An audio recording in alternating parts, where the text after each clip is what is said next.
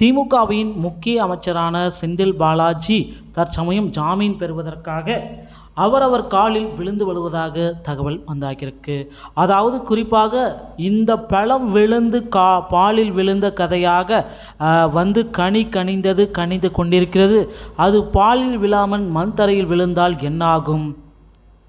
So அதை போல தாங்க இந்த ஒரு கதை வந்து பார்த்திங்கன்னா தமிழகத்தில் ஜாமீன் கிடைக்கும் என்று எதிர்பார்த்துட்டு இருக்க டைமில் ஜாமீன் கிடைக்காது என்ற ஒரு தகவலும் வெளியே வந்துட்டுருக்கு. இதில் என்னதான் அப்படி ஒரு சிக்கல்கள் செந்தில் பாலாஜியோடைய ஜாமீன் வழக்கில் தொடர்ந்து சிக்கல்களாகவே இருக்குங்க.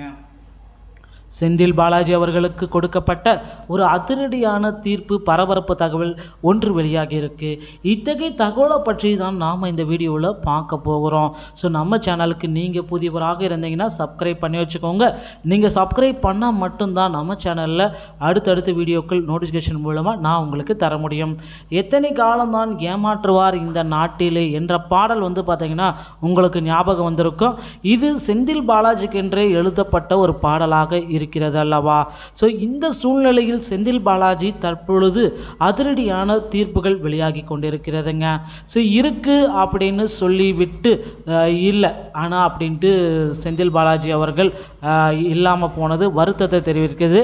அப்படி செந்தில் பாலாஜிக்கு என்ன விதமான தீர்ப்புகள் வந்து கொண்டிருக்கிறது அப்படின்னு பார்த்தீங்கன்னா, நம்முடைய தமிழகத்தை பொறுத்தவரை 2024 நாடாளுமன்ற தேர்தல் வரப்போகுது இல்லையா?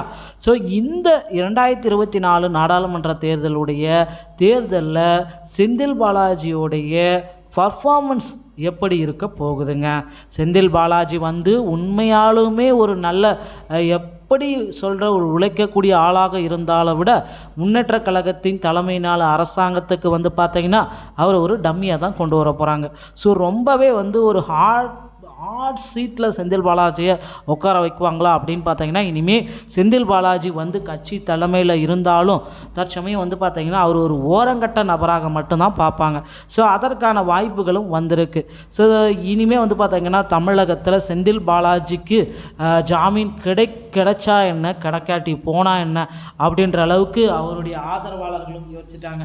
ஏன்னா இனிமேல் இந்த வாரத்தில் ஜாமீன் கிடைச்சா மட்டும்தான் அவர் வந்து தேர்தலில் களத்தில் இறங்க முடியும். ஸோ இதற்கு மேலே வந்து பார்த்திங்கன்னா ஜாமீன் கிடைச்சா வேஸ்டான டைம் தான். ஸோ அதிரடியான தீர்ப்புகள் எல்லாமே இந்த வாரத்தில் செந்தில் பாலாஜியை குறித்த முக்கியமான தீர்ப்புகள் எல்லாமே வெளியாக இருக்குங்க. ஸோ இதில் ஒரே ஒரு தீர்ப்பு என்ன அப்படின்னு பார்த்தீங்கன்னா, செந்தில் பாலாஜி அவர்களுடைய ஜாமீன் வழக்கு வந்து பார்த்திங்கன்னா நீதிபதியை மாற்றலாம் அப்படின்ற அளவுக்கு யோசனைகள் போயிட்டுருக்கு. ஸோ மீண்டும் வந்து பார்த்திங்கன்னா நீதிபதி பொன்முடிக்கு தீர்ப்பு வழங்கிய ஜெயச்சந்திரன் அவர்கள் இந்த தீர்ப்பை வழங்குவார் அப்படின்னு எதிர்பார்க்கப்படுகிறது. ஸோ இடைக்கால நீதிபதியாக வேறு ஒருத்தரை போடுறதுக்கு வாய்ப்புகள் இருக்குது. ஆனால் வந்து பார்த்திங்கன்னா நீதியரசர் ஆனந்த் வெங்கடேஷன் மட்டும்தான் செந்தில் பாலாஜிக்கு தீர்ப்புகள் வழங்கக்கூடிய இறுதி கட்டத்தில் இருக்குது. ஸோ கண்டிப்பாக இருதரப்பு வாதங்களும் எடுத்து வைக்கப்பட்டது. அமலாக்கத்துறையும் பார்த்திங்கன்னா தன் தரப்பு வாதங்களை வைத்து செந்தில் பாலாஜிக்கு அடுத்த கட்ட காவலை நீட்டிச்சிருக்காங்க. ஸோ பொறுத்திருந்து நம்ம பார்க்கலாம். இது வந்து பார்த்திங்கன்னா தேதி குறிப்பிடாமல் ஒத்திரிக்கை வைக்கப்பட்டதுனால விளக்கு எப்போ வேணாலும் மதியத்துக்கு மேலே வரும். ஸோ திங்கட்கிழமை இதற்குண்டான இறுதி தீர்ப்பு நம்ம எதிர்பார்க்கலாங்க. ஸோ கண்டிப்பாக செந்தில் பாலாஜிக்கு விடுதலை கண்டிப்பாக கிடைச்சிரும் அப்படின்ட்டு அரசியல் வட்டாரங்கள் எல்லாமே பேச்சுவார்த்தை போயிட்டுருக்கு.